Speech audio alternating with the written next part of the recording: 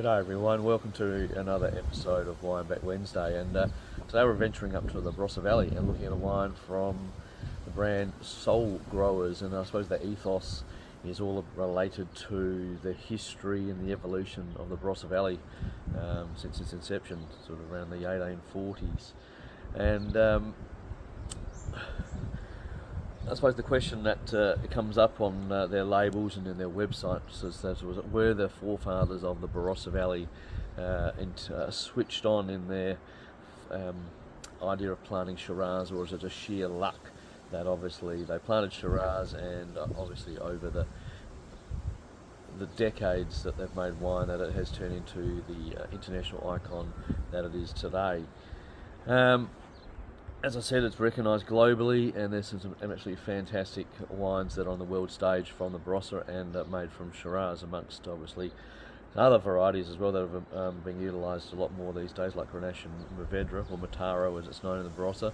But obviously also some of those vines, Shiraz, Grenache, Mourvèdre or Mataro, are actually some of the oldest vines in the world. We thankfully in South Australia haven't had any detrimental vineyard pests such as, say, phylloxera, which a lot of the world has seen. And obviously when that happens, your vineyards are ripped out and you've got to let them be fallow, etc., and then before you can replant, and often with rootstock. So we're fortunate enough that we've got some wonderful fruit sources around the valley.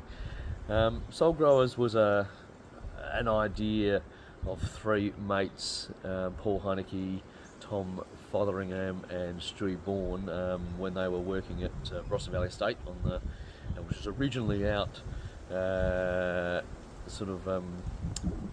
west of the Barossa, out at Anglevale, and then it came in and they had a winery in the Western Ranges in Marananga. And the idea behind the Soul Growers brand was that they wanted it to be fun, uncomplicated, and something they don't make wine the way that they wanted to make it, and make it for the people. So what started as a small venture with, I think, probably just Shiraz many years ago, is now a leading, well-respected brand from the Barossa Valley, and they make some sparkling. They've got what else? They've got rosé, they've got Grenache, Shiraz, Mourvèdre, Mataro blends. They've got single vineyard wines, and they even make a Pinot Noir. So really broad portfolio.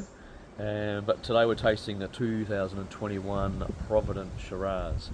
I couldn't find a huge amount of data about what it makes, but I've sort of drawn about what I could find, and what I gather it's a blend of vineyards ranging from about 25 to 70 years old, utilising from Ebenezer and Kalimna in the north of the valley, where you often get lovely perfume, especially from Ebenezer, and sort of a more plummy, purpley sort of spectrum, and then down vineyards in Stonewell on the Western Ranges, where you get some more density and richness, and then in the central part of the valley, more on sort of sandy soils, out of Vine Vale and Lights Pass, which gives you lovely perfume and some lovely energy to the wines.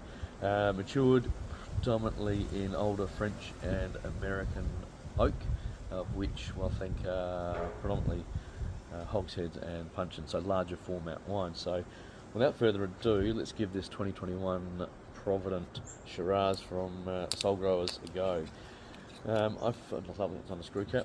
I found this in the cupboard. I'm not sure exactly where I picked this up, but I worked in the Barossa for 11 years and left about 10 years ago, but there's some really good wineries run by the younger generation coming through, and really just pushing the envelope, having a bit of fun, and trying a few different things. So only coming up for 3 years old.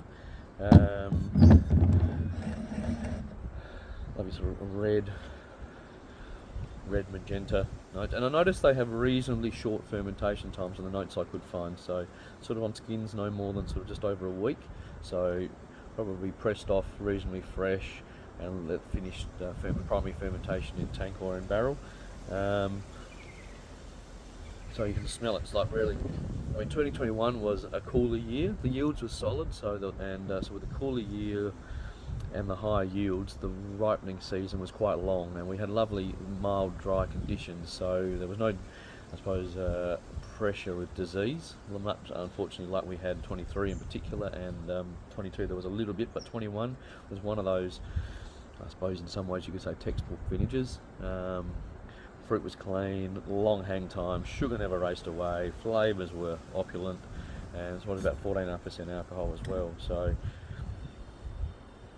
yeah, it really lifted. There's some plums, black currants, sort of red and purple notes. There's some spice, a little bit of earthiness from probably on the Stonewell side of things, but that sort of lovely Ebenezer and Vine Vale Lights Pass sort of lift. Lights Passes, I'm not sure, the Lights Pass has some sandy sections and also some nice red dirt as well, but Vine Vale is typically sandy and gives you lovely perfume.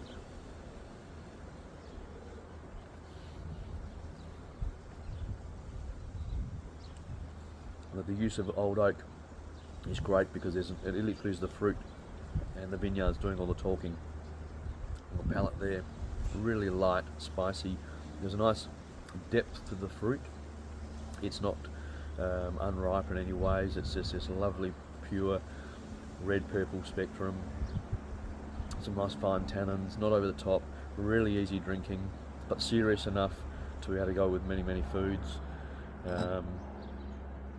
And a really ode to the Barossa Valley. I mean, when you look at the Barossa Valley compared to say McLaren Vale, I mean the regions are not that far apart. There's only sort of 80 to 100 kilometres between the two of them, yet McLaren Vale being close to the ocean, the different soil types, you get a more darker fruit spectrum and chocolate mocha notes, where you go to the Barossa a bit more inland, you get a lot more red fruit spectrum and sort of a bit of purple notes, and the tannin profile is a lot finer usually in Barossa Valley, but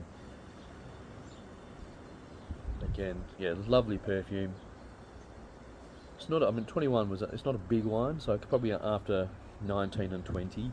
2020 was quite a warm year. We had lots of low yielding vines. It reminds me a little bit of 2007, where there was low yields, the berries were small, and in some ways I think the density and structure of the wines needs a few years to settle down, whereas these 21 being a cooler year, really good long hang time, just fresh and vibrant, really approachable when the wines are young, and yeah, not big in any way, but have the hallmarks of a great Barossa Shiraz. So thumbs up, gentlemen. That was a pleasure. Thanks for listening. This is the Soul Growers Provident 2021 Barossa Valley Shiraz. Cheers.